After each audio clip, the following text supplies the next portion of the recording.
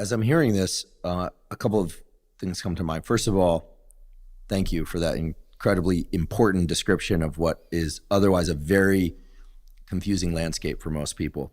One of the key points I took away, and I just want to say from the outset, this is not exhaustive by any stretch, is that burning fat does not equal losing fat from the body. Correct.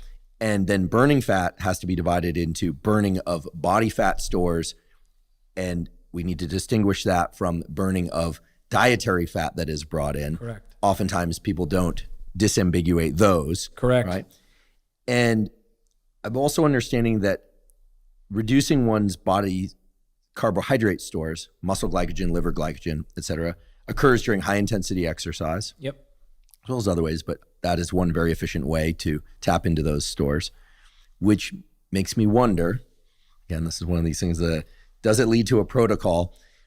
Makes me wonder whether or not doing high intensity, let's say weight training for 45 to 60 minutes, 75 minutes of strength training, power training, hypertrophy training, which we've covered in an episode about those topics, and then doing some steady state cardiovascular exercise. Is there any benefit to that arrangement that would, quote unquote, enhance body fat loss from the body, to be very specific now? Because unlike the idea that training fasted would shift the bias towards fat loss, which it doesn't, you've told us, under those conditions, muscle glycogen and maybe even liver glycogen is going to be depleted. Put simply, can I enhance body fat loss by doing some cardio after a bout of weight training? If you equate for total energy expenditure, it won't matter. Now, you did bring up a very important point that I want to clarify. If you look at the exercise modalities that we laid out in our previous conversations, we talked about 9 different adaptations. One was skill, and then speed, power, strength, hypertrophy, muscular endurance, anaerobic capacity, aerobic capacity, and long duration endurance. Now, speed, power, and skill development have almost no benefit for fat loss. Because remember, those are low weight, a lot of rest, and low volume. They're not really going to be helpful. You can make a little bit of a case for strength, a little bit, but the total energy expenditure for strength training, even if it's an hour, if it's truly strength training, it's fairly low. Because the repetitions are in the 1 to 3 range. That's exactly, it's not enough for total work. So if you're trying to develop a protocol that sort of optimizes fat loss, what you want to do, you were close, in my opinion, is do a combination of something in the hypertrophy / muscular endurance strength training realm.